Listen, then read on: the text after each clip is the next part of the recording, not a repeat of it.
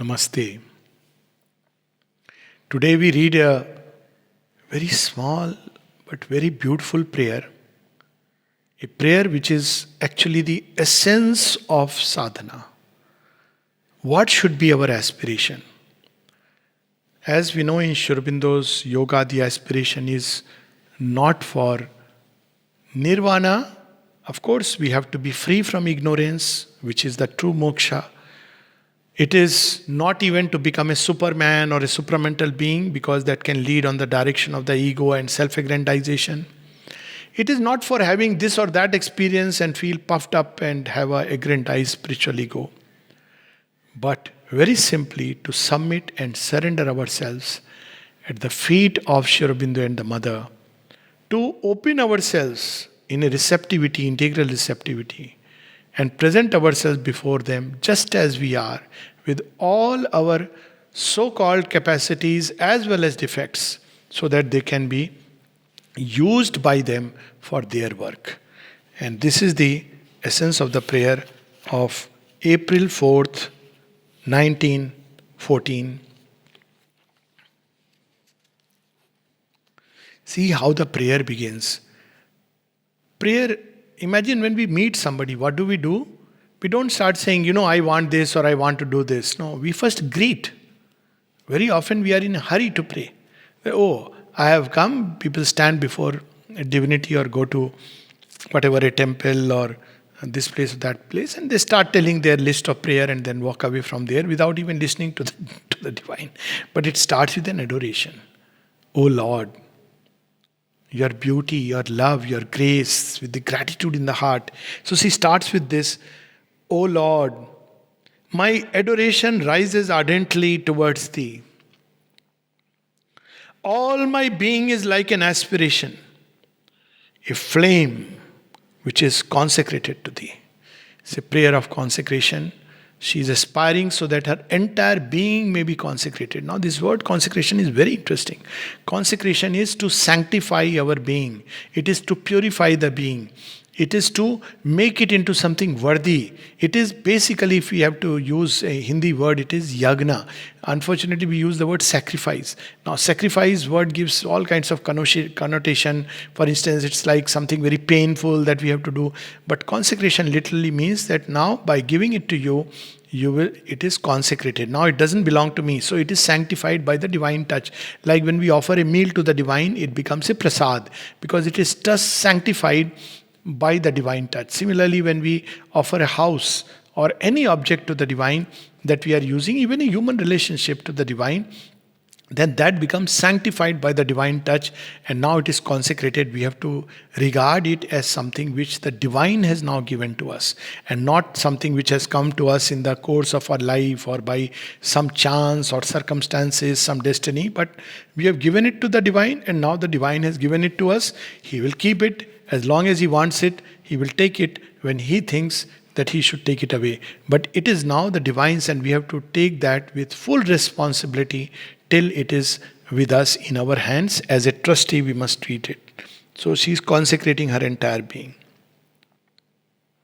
O Lord, Lord, my sweet Master, it is Thou who livest and willest in me. For this we can say that may this become true of all of us. That no more the ego, our old identities, but may the Lord, the Divine, the Master and Mother, they live in us and will in us. This willing in us is what is called in the Gita as Sarva Sankalpa Sannyasi.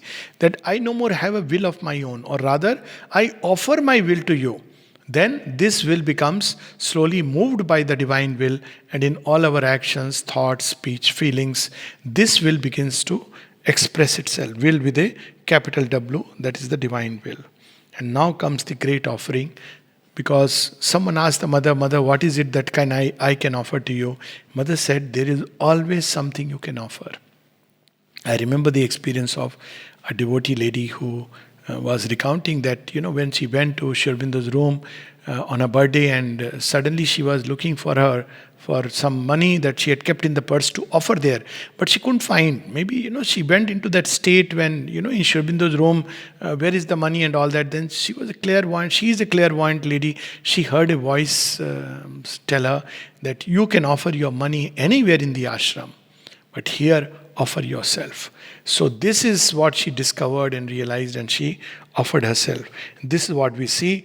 The mother is offering her entire being to the Lord, and this is the path He is showing to us again and again. All these prayers, one of their purposes, one is experiences, meditations, which reveal to us a deeper and profound knowledge. But most important, through these prayers, she is showing us the way of the aspiring psychic before the divine.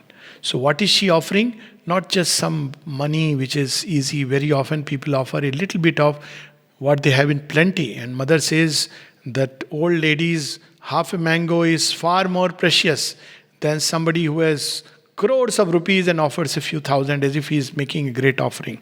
So still that is okay. That is one of the offering. Here she is offering her life and everything. This body is thy instrument. This will is thy servant. This intelligence is thy tool, and the whole is only thyself. Now it sounds very beautiful and simple. What it means the moment we offer the body as instrument of the divine. It means we cannot allow it to be misused by the forces of ego, desire, fear and all the rest, because now it is the divine instrument. We have to take care in that way. It is an instrument consecrated to the divine.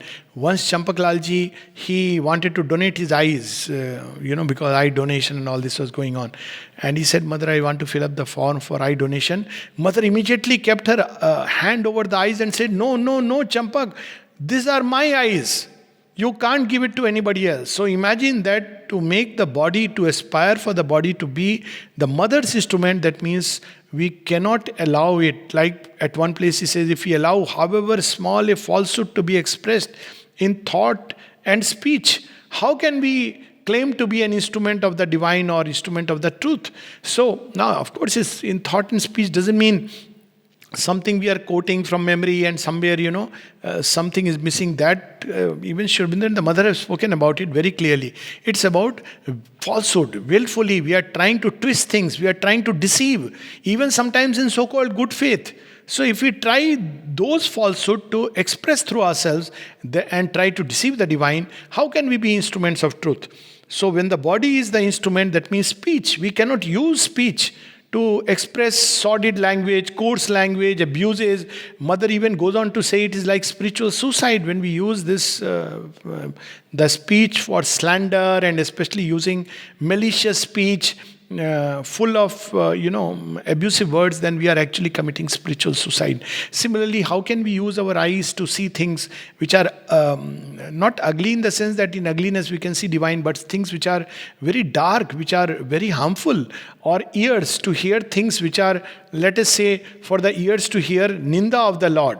How can we allow our ears to do that? We see, how in Shishupal Sabha, Shri Krishna teaches the lesson. So, because these ears must always be happy to hear the glory of the Lord, and not. And one place Sri Aurobindo spoke when Eshadi as a child got very angry.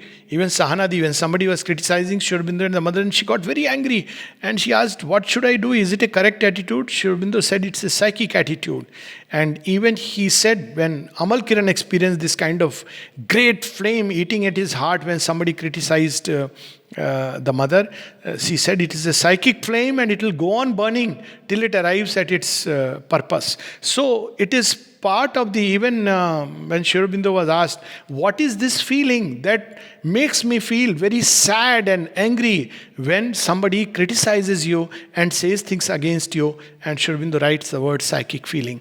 So to use our heart, to use our ears for hearing the glory of the divine, to use our eyes to see the divine everywhere, even in things which are outwardly ugly and misshapen and deformed, to see, to use our heart to love the divine, to use our lungs to have energy to do the divine work, to use each and every organ, each and every limb at the service of the divine. So this is what is meant by body becoming the instrument. Similarly, no more personal will. Our will should be used only to serve the divine. No more for egoistic satisfactions to satisfy our desires, preferences. But where we see that it is the divine will, we can insist on that because we know, but not insist with an insistence. But Sri Aurobindo's beautiful, never Sri Aurobindo asked anything for himself.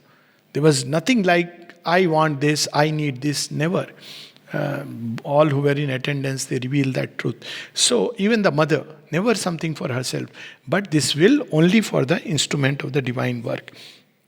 And intelligence on which man prides himself, what is its use if it is not meant to serve the divine, for the glory and light of the divine to flow through the mind, through thought, through intelligence, through speech and writing, and all other manifold uses of the intelligence, whether it be in repairing something, whether it be in creating something. Intelligence is many faceted. People mistake intelligence for only intellectual ability to play with thoughts. No, intelligence is a multifaceted thing. Even when the workman does work with this tool, it is one form of intelligence. That's why we see Mahasaraswati is the goddess of learning. This learning applies in every, and this is what we, in every direction, this is what we see today. Modern theories of intelligence say the same thing. Intelligence is one, but it can apply in various fields, including the physical field. So this intelligence should be your tool, and the whole is only thyself. And it's such a beautiful prayer.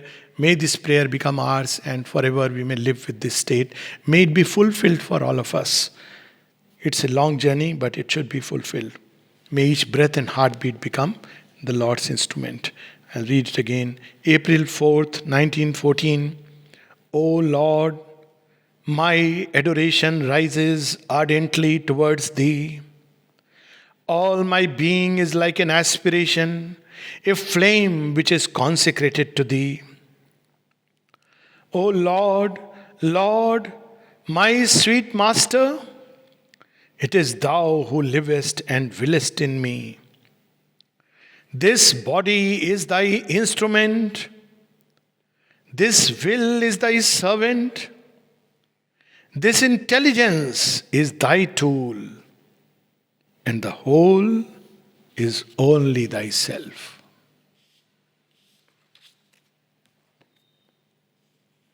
Namaste.